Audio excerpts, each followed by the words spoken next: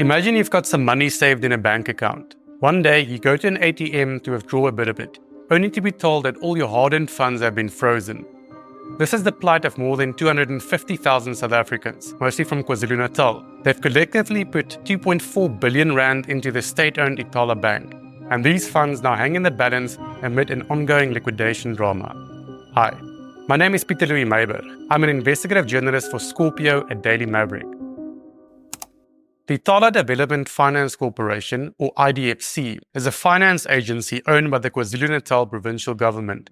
It was set up to promote economic development in the province, and it does so by funding small to medium enterprises and emerging farmers, among other investment activities. Within the IDFC group, there's also a subsidiary called Ithala SOC, and it is this entity that's now at the center of the ongoing turmoil. Ithala SOC is essentially the IDFC's banking arm. Since 2001, Ithala SOC has been engaged in all the financial activities you'd associate with a commercial bank, setting up bank accounts for customers, taking their deposits, and also granting a variety of loans, such as personal loans, home loans, and business loans. But here's the kicker. Technically, Ithala SOC was never really a bank. In its nearly 25 years of existence, the entity never succeeded in obtaining a banking license. Instead, it had been undertaking all of its banking activities on the back of special exemptions from the relevant authorities. The foremost authority that watches over the country's banking sector is the Prudential Authority, which forms part of the South African Reserve Bank.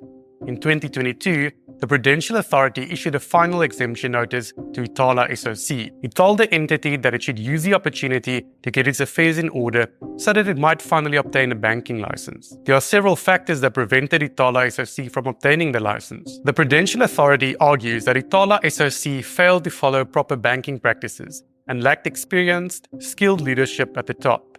In some cases, it even struggled to meet anti-money laundering requirements because of its outdated IT systems. Beyond governance issues, there are also serious financial concerns. Since 2008, Ithala SOC has accumulated losses of 520 million rand. Over the same period, the KZN provincial government has had to put up nearly 650 million rand in taxpayers' funds to help keep it afloat. In December 2023, Ithala SOC's final exemption notice expired, and it still hadn't managed to obtain a banking license. The Prudential Authority then appointed a repayment administrator, which was tasked with winding down Ithala SOC's business affairs. The most crucial thing that now needed to happen was for Ithala SOC to repay the 2.4 billion rand it held on behalf of its depositors. Using the powers it derives from the Banks Act, the Prudential Authority instructed Ithala to compile a report that would detail how it intended to wind down its affairs in an orderly manner, so that its depositors could get their money back. This development sparked a series of court applications by the Prudential Authority,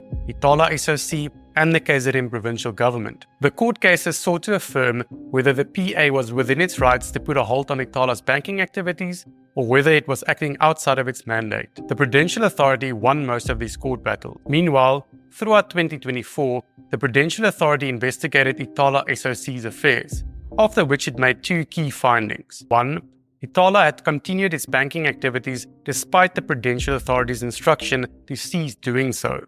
Two, and this is really important, Ithala SOC was technically and legally insolvent. In January 2025, the Prudential Authority therefore launched a new court application for the provisional liquidation of Ithala SOC. It is this court matter that gives us some indication of how precarious Ithala's financial position seems to be. According to the Prudential Authority's solvency report, Ithala SOC only has about 850 million rand that it could immediately access. Remember, Ithala has to repay 2.4 billion rand to its depositors, so there appears to be a massive shortfall of roughly 1.6 billion rand. Technically, or at least on paper, Ithala SOC does own enough assets to cover the shortfall, but it's not that simple. By far the biggest portion of Ithala's assets consists of loans that the bank had granted over the years. Keep in mind that these loans are not like assets that Ithala SOC can readily unlock or cash in on. One would first have to get the money back from those who'd received the loans. The recoverability of these loans, which total more than 2 billion rand, is really the core issue now. The repayment administrator has not had a chance to analyze Ithala's entire loan book, but its early assessment does raise concern. For instance, the repayment administrator identified staff loans valued at 210 million rand. These loans, and I now quote from the solvency report, include instances where declined credit decisions were allegedly overruled by the office of a CEO and where loans were processed without following proper procedures. The repayment administrator, meanwhile, views the latter figure as an estimate, a low one at that.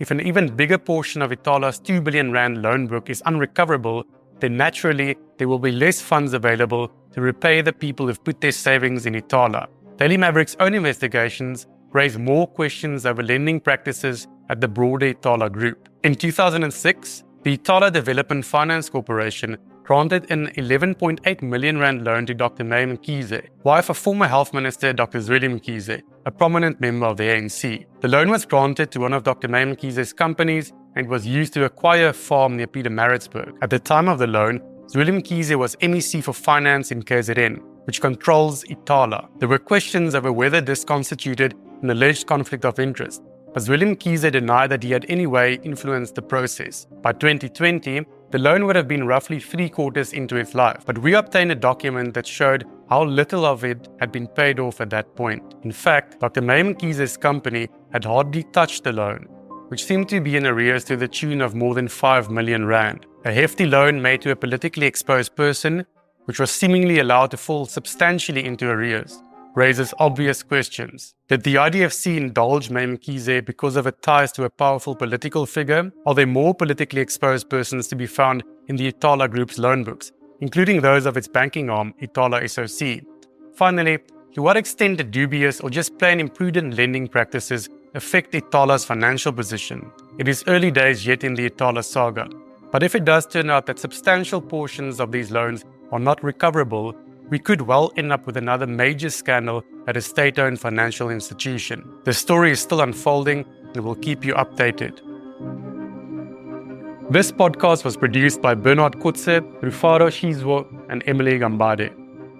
Listen and follow us on Spotify or wherever you get your podcasts. If you enjoyed this explainer, support our journalism by becoming a Maverick Insider. You'll find the details in the caption below.